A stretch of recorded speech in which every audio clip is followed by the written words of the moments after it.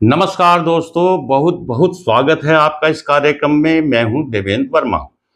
दोस्तों सोचिए, बिहार की जनता कितनी भाग्यशाली है जो उसे तेजस्वी यादव जैसा महाविद्वान, महाईमानदार, महाज्ञानी और अर्थशास्त्र का प्रकांड पंडित मिला है, जो बिहार को दुनिया का सर्वश्रेष्ठ राज्य बनाने के लिए लालायित है। जितनी इस प्रदेश को सर्वश्रेष्ठ बनाने की जो ललक तेजस्वी यादव में है, वो ललक किसी भी दूसरे नेता में आज की डेट में तो कम से कम नहीं है। और ये बात खुद तेजस्वी ने अपने घोषणा पत्र के माध्यम से कल साबित की है।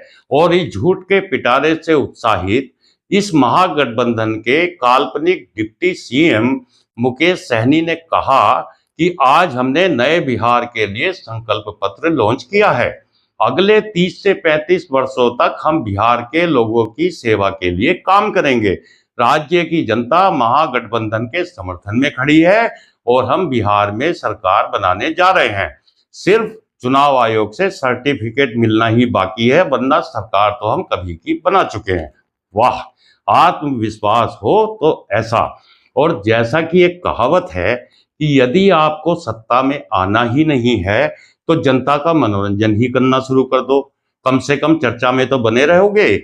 और आप देख ही रहे हैं, जब से इनका ये झूठ पत्र इन लोगों ने रिलीज किया है, तब से हर टीवी डिबेट्स में इसी की चर्चा हो रही है। सोशल मीडिया इन्हीं बातों से भरा पड़ा है।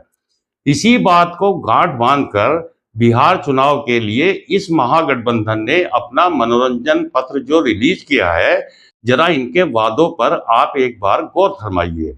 इनका कहना है कि सरकार बनने के 20 दिनों के अंदर राज्य के प्रत्येक परिवार के एक सदस्य को जबरन सरकारी नौकरी देने के लिए एक अधिनियम पारित किया जाएगा। इसके बाद 20 महीनों के अंदर नौकरी देने की प्रक्रिया शुरू कर दी जाएगी। तो साहब, अब चूंकि सरकार तो बननी नहीं है, इसलिए ये बताने की कोई जरूरत ही नहीं समझी गई कि कुल कितने लोगों को नौकरी मिलेगी और उनकी तनख्वाह का पैसा कहां से आएगा।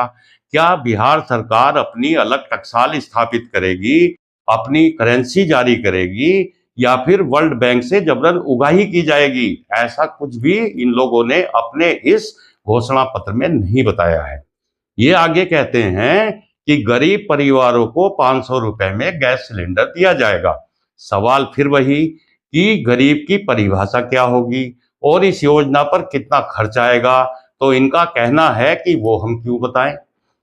तीसरा, इन्होंने कहा है कि शराबबंदी कानून की समीक्षा की जाएगी। अरे भाई, समीक्षा क्यों करोगे? सीधा लिखना था कि शराबबंदी खत्म करके बिहार को नर्क बनाएंगे, शराब माफियाओं को सरकारी संरक्षण देंगे। आगे कहते हैं कि जीविका दीदियों को सरकारी कर्मचारी का दर्जा मिलेगा, यानी महिलाओं के स्वयं सहायता समूह, जिनके माध्यम से बिहार की गरीब महिलाओं को सम्मान और रोजगार मिला है, उनकी आर्थिक उन्नति हो रही है, वो स्वावलंबी बन रही हैं, उन्हें भी सरकारी कर्मचारी का दर्जा देकर कामचोर बनाया जाएगा। यानी कि इनके कहने का मतलब यह है कि इनको सरकारी कर्मचारी का दर्जा देकर कामचोरी की संस्कृति में प्रशिक्षित किया जाएगा। आगे कहते हैं कि पुरानी पेंशन योजना फिर से लागू की जाएगी। हाँ जी, वादा करने में क्या जाता है, मगर वायदा करने से पहले अपने कांग्रेस के हिमाचल प्रदेश की सरकार का तो हाल देख लेते, तभी कोई वायदा करते।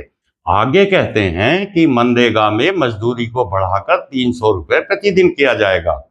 तो साहब, सवाल ये है कि 300 रुपए ही क्यों, 3000 रुपए प्रतिदिन क्यों नहीं? सिर्फ वायदा ही तो करना है। और जब वैसे भी आप हर परिवार के एक आदमी को जबरन सरकारी नौकरी दे ही देंगे, तो मनरेगा में कोई काम करेगा ही क्यों? आगे कहते हैं कि हम आईटी पार्क बनाएंगे। तो ठीक है, चलिए बनाइए, कोई नहीं रोकेगा। फिर कहते हैं कि माई बहन मान योजना के तहत महिलाओं को 1 दिसंबर से 2500 रुपए प्रति माह और अगले 5 सालों तक 30,000 रुपए प्रति वर्ष की वित्तीय सहायता मिलेगी। जी हाँ, बिल्कुल वैसे ही जैसे 7500 रुपए महीना खटाखट खटाखट खटाखट दिए थे आपने पहले।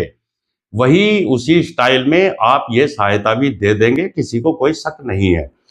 आगे कहते हैं कि प्रत्येक परिवार को 200 यूनिट मुफ्त बिजली मिलेगी। तो भाई, आप तो लालटेन वाले हो, बिजली का आपके यहाँ क्या काम? आप तो वायदा करते कि प्रत्येक परिवार को एक एक लालटेन दी जाएगी। आगे कहते हैं कि सभी अल्पसंख्यक समुदायों के संवैधानिक अधिकारों की रक्षा की जाएगी। हाँ, ये वादा सही है, क्योंकि इसके तो आप चैंपियन हो। फिर कहते हैं कि वक्फ संशोधन विधेयक को स्थगित कर दिया जाएगा। हाँ जी, क्योंकि आप तो देश की संसद और सुप्रीम कोर्ट से भी ऊपर रहोगे। फिर कहते हैं कि बोध गया स्थित बौद्ध मंदिरों का प्रबंधन बौद्ध समुदाय के ही लोगों को सौंपा जाएगा। चलिए, इसमें कोई हर्ज नहीं, किसी को कोई आपत्ति नहीं है, ये काम आप आसानी से कर सकते हैं। फिर कहते हैं कि किसानों को न्यूनतम समर्थन मूल्य पर सभी फसलों की खरीद की गारंटी दी जाएगी और मंडी व बाजार समितियों को पुनर्जीवित किया जाएगा। तो साहब सुन लीजिए, ये वादा आपने अरविंद केजरीवाल का चुराया है। पंजाब में सरकार बनने से पहले भगवंत मान पूरे पंजाब में यही कहता हुआ घूमता था। फिर कहते हैं कि जन स्वास्थ्य सुरक्षा योजना के तहत प्रत्येक व्यक्ति को 25 लाख रुपए तक का निःशुल्क स्वास्थ्य बीमा प्रदान किया जाएगा। बाकी दूसरे वादों की तरह का ही वायदा ये भी है, क्योंकि न तो इनके पास इससे संबंधित कोई डेटा है और न ही कोई अनुमान है कि इस पर खर्च कितना आएगा। ये सिर्फ कोरा वादा है, और वादे तो वादे हैं, वादों का क्या। फिर कहते हैं कि जनसंख्या के अनुपात में आरक्षण की सीमा को 50% बढ़ाने के लिए विधानमंडल द्वारा पारित कानून को संविधान की 9वीं अनुसूची में शामिल करने के लिए केंद्र सरकार को भेजा जाएगा। तो साहब, ऐसा वादा करने में कोई हर्ज नहीं है, क्योंकि केंद्र इसे मानेगा ही नहीं, और इसी बहाने आपको बिहार की जनता को भड़काकर राजनीति खेलने का अच्छा मौका जरूर मिल जाएगा।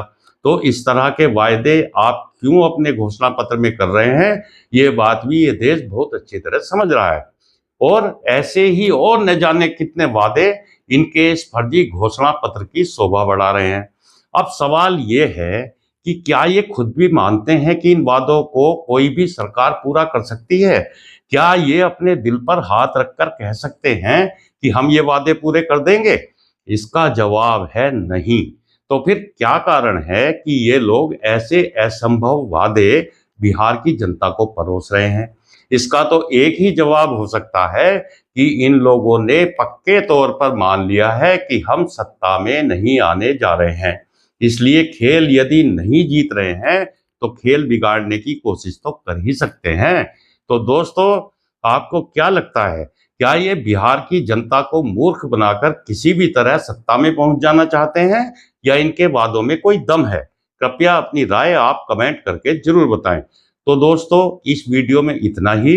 आपसे निवेदन है कि चैनल को सब्सक्राइब करें, वीडियो को लाइक करें, शेयर करें, कमेंट करें।